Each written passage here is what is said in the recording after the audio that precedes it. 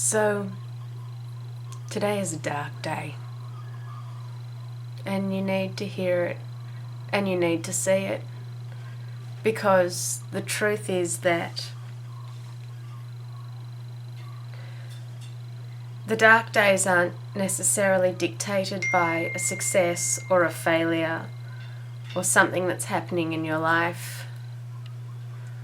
Some days you just realize that nobody else knows what it is you're going through. Not the closest people that you have to you in the world. Not your mother, not your father. No one knows what it's like to live in a world that has autism in it. And there's nothing that will make you feel more alone than knowing that there's no one out there that knows what's going on. And the pressures of trying to be normal and keep up this fight that you are putting in every day is exhausting. And the desperation of wanting to be accepted.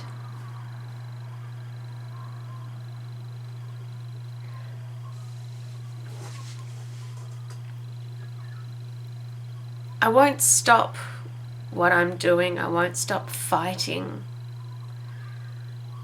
for my son's rights. But sometimes I wonder why it is I have to fight certain people. I can handle fighting people outside of the family. But to have to fight for equal rights within your own family is probably the hardest thing I've ever had to do.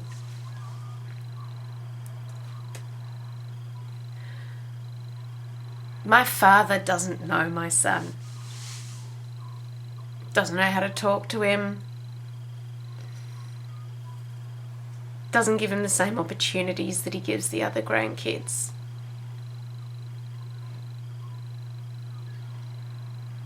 And when Beau was 2,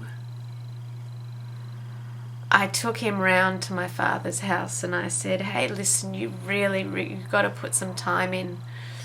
You know, I'll bring him round once a week so you can establish a relationship so he knows who you are. And his reply to that was, look, he's nonverbal and, it's too hard and maybe we can wait until he gets verbal, which I completely understand on his part. And at the time I said to him, well, what if he never gets verbal? What if he's always like this? Does that mean you're just never going to have a relationship with him? Look, luckily enough, he did get verbal. But of course, it was difficult. It wasn't easy. It wasn't verbal like other kids got. So it was always hard to communicate and hard to talk to him, or at least you had to learn how to change your language to speak to him. And now I find myself with the most miraculous 13-year-old boy. He'll be 13 in November, which is now end of November. And having a conversation with my father recently, he said, Beau doesn't talk to me. And I said, well, he doesn't know you. He doesn't know who you are. I mean, he knows you're his grandfather, but he has no relationship with you whatsoever. Why? You don't know how to speak to him.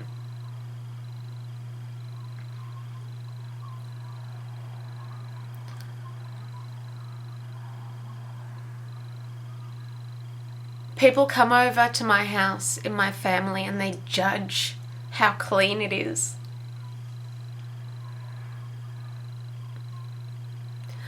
They judge me and my life on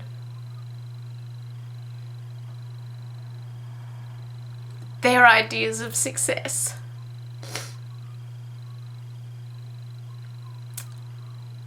And yeah, you know, I could have made other things my priorities. I could have not spent every day at home doing speech therapy and occupational therapy and doing washing and making wholesome dinners or going out or any of the things that other people see as success. But I didn't. And I'm actually proud of myself for that. Oh shit. Excuse me, that's my bird. Hey, Ruby. And I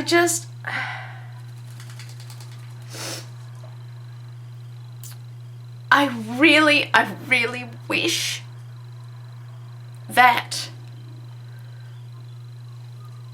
my mother, my father, my sister, my family could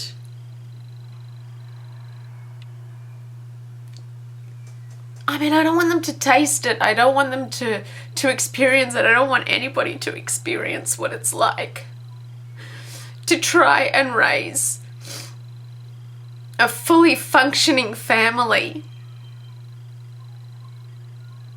that has an autistic kid in it. Because it's hard. It's really hard. And I don't want anyone to go through that. But on the other hand, everybody watches from their ivory towers. They all sit there looking down and they might say, you do an amazing job. They might say, you know, I couldn't do what you do, or it's amazing what you've done. But none of them know. None of them really know. And no one makes it easier for you.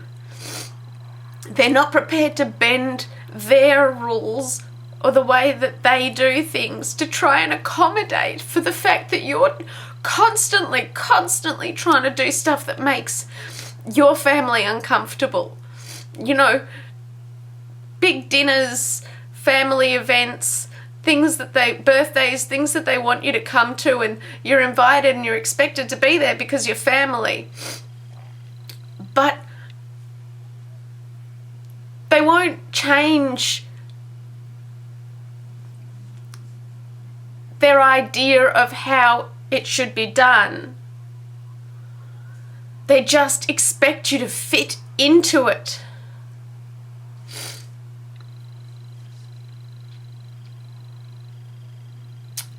And I'm tired. And I'm angry. And I'm hurt. And not every day is great.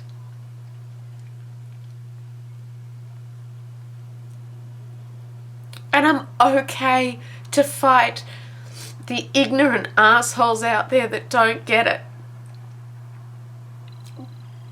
But I wish that I didn't have to fight on such close grounds.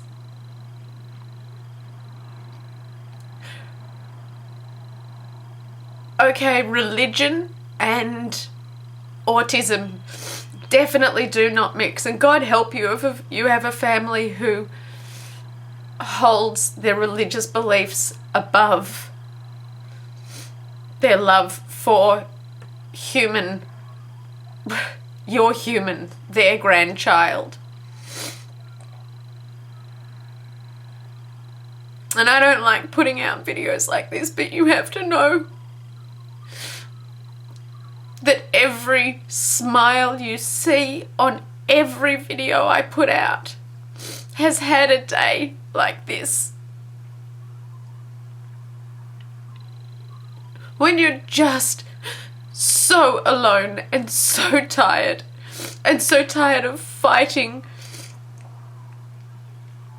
and all you want is for it to be easy, or to have your mum or your dad or your partner truly understand. I don't want them to take anything away. I don't want them to try and do anything. I want them to understand how hard it is.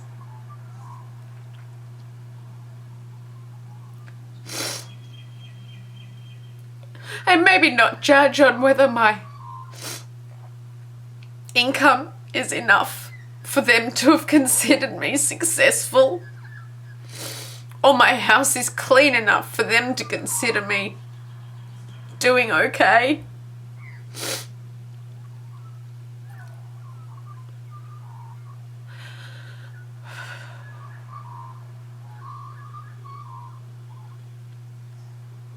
It's not easy, but the truth is, you have someone relying on you, someone whose choice it isn't,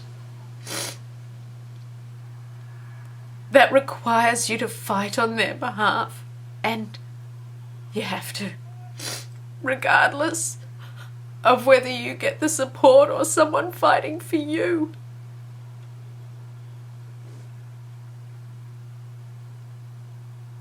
I would love someone to fight for me.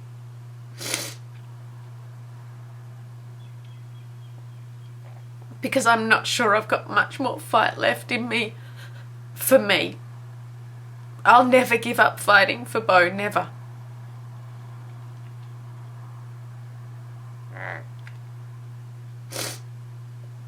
But I'm not 100% sure I've got a lot of fight left in for me.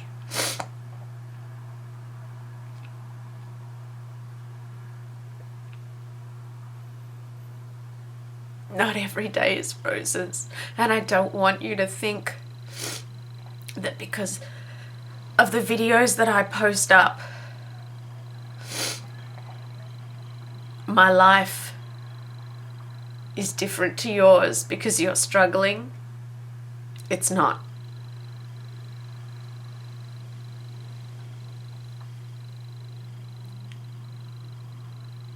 I get lost.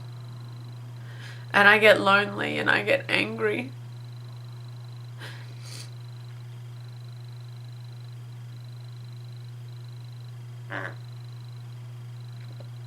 And it is what it is, because tomorrow will come.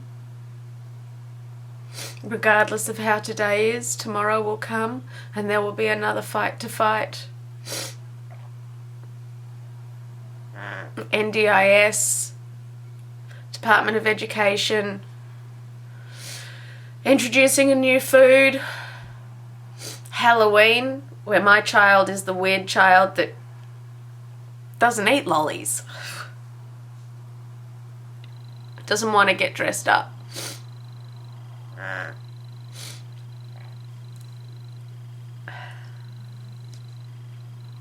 I'm tired.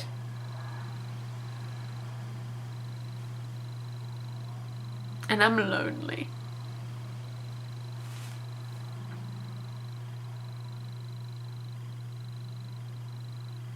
And I'm hurt. And I want someone to hold me and tell me everything's gonna be okay.